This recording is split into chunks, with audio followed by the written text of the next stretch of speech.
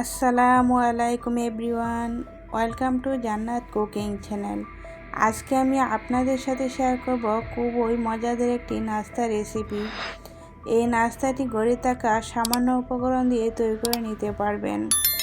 আশা করছি রেসিপিটা সকলের কাছে খুবই ভালো লাগবে। রেসিপিটা যদি ভালো লেগে থাকে তাহলে একটা লাইক দিতে ভুলবেন না। এই নাস্তাটি তৈরি করার জন্য নিয়েছি এখানে 2 কাপ ময়দা। চেষ্টা করবেন ময়দাগুলো চেলে নিতে। এখন দিয়ে দিচ্ছি হাফ চামচ লবণ, 1 চামচ ইস্ট, 2 টেবিল চামচ পাউডার দুধ, দিয়ে দিচ্ছি একটি নর্মাল তাপমাত্রার ডিম। চাইলে আপনারা ডিম আর দুধের পরিমাণ আরও বাড়িয়েও দিতে পারেন, তাহলে নাস্তার টেস্ট আরও দ্বিগুণ বেড়ে যাবে। এখন সবগুলো উপকরণ ময়দার সাথে খুব সুন্দর করে মিশিয়ে নিচ্ছি। এখন দিয়ে দিচ্ছি কুসুম গরম পানি। এই ডোটা তৈরি করার জন্য কুসুম গরম পানি ব্যবহার করতে হবে। আপনারা চাইলে কুসুম গরম দুধ দিয়েও এই ডোটা তৈরি করে নিতে পারবেন। আর এই ডোটা খুব বেশি শক্ত করা যাবে না, আবার নরমও করা যাবে না, মিডিয়াম করে ডোটা তৈরি করে নিতে হবে। এখন দিয়ে দিচ্ছি 2 টেবিল চামচ রান্না করা রেগুলার তেল, দিয়ে ভালো করে মথে নিতে হবে। 3 থেকে 4 মিনিট খুব ভালো করে মথে নিতে হবে। খুব ভালো করে মথে নেওয়ার পর দেখবেন ডোটা একবারে আপনার মিক্সিং বলে লেগে আসবে না, হাতেও লেগে আসবে না, আর খুব সুন্দর একটা ডো হবে। কিছুক্ষণ মথে নেওয়ার পর দেখবেন এই ডোটা অনেকটাই সফট হয়ে যাবে। এই নাস্তাগুলো তৈরি করার জন্য ডোটা ভালো করে অবশ্যই মথে নিতে হবে। এখন ডোটা আমি গোল শেপ দিয়ে নিচ্ছি। হাতে অল্প একটু তেল লাগিয়ে ডোর উপরে মাখিয়ে নিচ্ছি।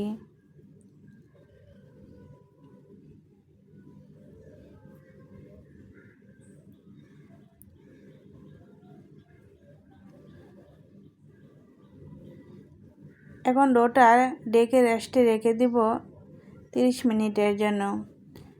চাইলে আপনারা রোদেও রাখতে পারেন অথবা চুলার পাশেও রেখে দিতে পারেন, তাহলে দেখবেন ডোটা ফুলে ডাবল হয়ে যাবে। দেখেন আমার ডোটা ফুলে একবারে ডাবল হয়ে গিয়েছে। এখন ডো থেকে সম্পূর্ণ বাতাস বের করে নেব আর খুব ভালো করে মথে নেব।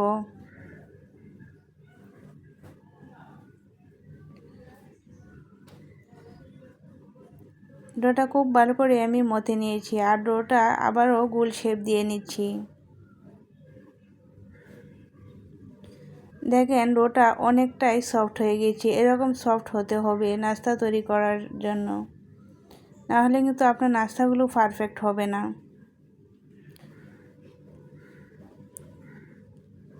এখন সম্পূর্ণ ডোটা আমি গোল শেপ দিয়ে নাস্তা তৈরি করার জন্য রেডি করে নিচ্ছি।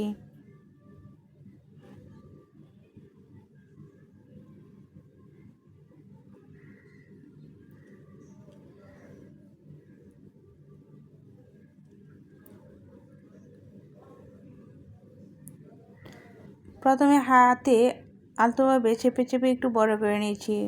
হাতে তেল অথবা অল্প একটু ময়দা লাগিয়ে এরকম চেপে চেপে বড় করে নিতে পারেন।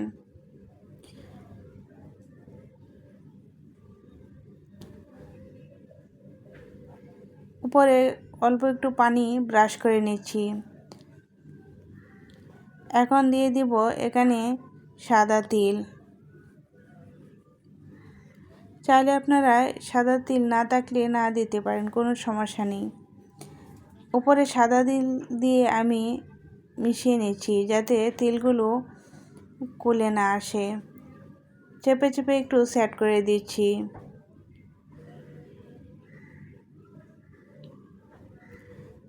এখন বেলুনির সাহায্যে আবারও একটু বেলে সেট করে নেব, না হলে দেখবেন ভাজার সময় কুলে আসবে। আর অবশ্যই পানি ব্রাশ করে নেবেন, না হলে দেখবেন তিলগুলো সেট হবে না।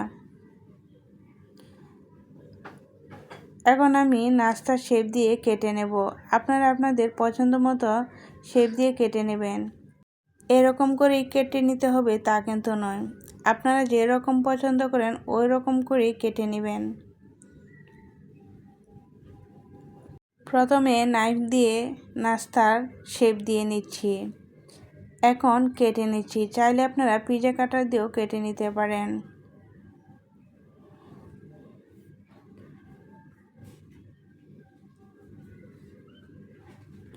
একটু দেখলে বুঝতে পারবেন, একবারই সহজ এই নাস্তার শেপগুলো। এখন সম্পূর্ণ নাস্তার শেপ দিয়ে কেটে নিয়েছি, হাতে খুব সুন্দরভাবে আমি সেট করে নিচ্ছি যাতে অসমান অংশগুলো খুব সুন্দর করে মিশে যায়। আর একটা প্লেটের মধ্যে আমি উঠিয়ে নিয়েছি, প্লেটের মধ্যে অল্প একটু তেল ব্রাশ করে নিয়েছি যাতে নাস্তাগুলো লেগে না যায়। আর দেখেন নাস্তাগুলো কত সুন্দর হয়েছে। এই নাস্তাগুলো ভেজে নেওয়ার জন্য চুলায় একটি প্যান বসিয়ে পর্যাপ্ত পরিমাণ তেল দিয়ে তেলটা খুব ভালো করে গরম করে নিয়েছি আর চুলার আঁচটা একদম লোতে রেখে দিয়েছি। এখন সম্পূর্ণ নাস্তাগুলো দিয়ে দিচ্ছি। চুলার আঁচ কিন্তু বাড়িয়ে রাখা যাবে না, তেলটা গরম করে তারপর চুলার আঁচটা একদম কমিয়ে রাখতে হবে।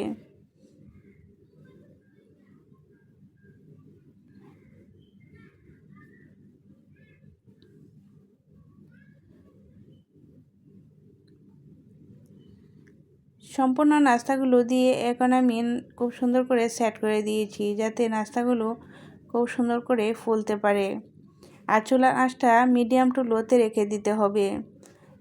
এখন কিন্তু আর কমিয়ে রাখা যাবে না, একটু বাড়িয়ে রাখতে হবে। আবার অনেক বেশি বাড়িয়ে রাখলে দেখবেন নাস্তাগুলো কালার চলে আসবে, ভিতরে সুন্দরভাবে কুক হবে না।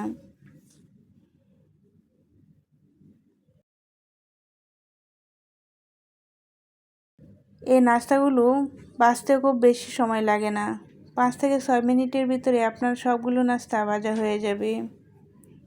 এখন আমি নাস্তাগুলো আলতোভাবে উলটপালট করে দিচ্ছি যাতে অপর পিঠ দিয়ে খুব সুন্দরভাবে কুক হয়। চেষ্টা করবেন ছোটো একটা চামচের সাহায্যে উলটপালট করে দিতে, না হলে নাস্তার শেপগুলো নষ্ট হয়ে যাবে। যেহেতু নাস্তাগুলো অনেক বেশি ফুলে গিয়েছে তাই দেখেন নাস্তার উপরে যে তিল দেওয়া ছিল তিলগুলো খুলে যাচ্ছে। নাস্তা যদি ফুলে যায় তাহলে কিন্তু তিলগুলো অল্প অল্প খুলে যাবে।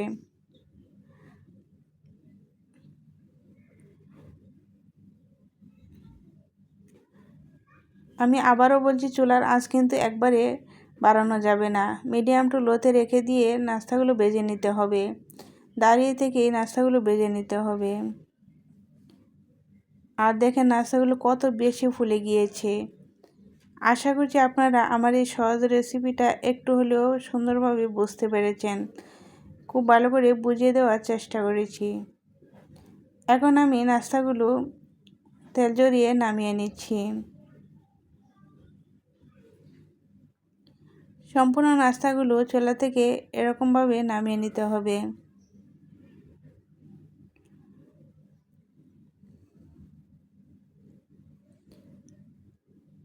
আশা করছি রেসিপিটা সকলের কাছে খুবই ভালো লেগেছে। সম্পূর্ণ নাস্তাগুলো আমি ভেজে নিয়েছি আর দেখেন নাস্তাগুলো দেখতে কত বেশি লোভনীয় হয়েছে। আর এই নাস্তাগুলো কিন্তু ঝটপট তৈরি করে নেওয়া যায়। আমার এই রেসিপিটা যদি আপনাদের কাছে একটু হলেও ভালো লেগে থাকে তাহলে একটা লাইক দিতে ভুলবেন না। আপনি যদি আমার চ্যানেলে নতুন হয়ে থাকেন তাহলে সাবস্ক্রাইব করে আমার চ্যানেলের পাশেই থাকবেন। পেজ থেকে দেখে থাকলে পেজটা ফলো করে রাখবেন। আমি একটা নাস্তা আপনাদেরকে ছিঁড়ে দেখাচ্ছি, দেখেন নাস্তাটা কত বেশি সফট হয়েছে আর আলতোভাবেই টান দিলেই খুব সুন্দরভাবে ছিঁড়ে যায়। এই নাস্তাগুলো এমনিতে খাওয়া যায়, আবার মিষ্টি জাতীয় জিনিস দিয়েও খেয়ে নিতে পারেন। মধু থাকলে মধু দিয়ে খেয়ে নিতে পারেন, চিনির শিরা, গুড়ের শিরা, আবার মিষ্টি বাসায় থাকলে আপনারা ওই মিষ্টি দিয়েও খেয়ে নিতে পারবেন। আশা করছি বুঝতে পেরেছেন। আজ এই পর্যন্তই। আল্লাহ হাফেজ।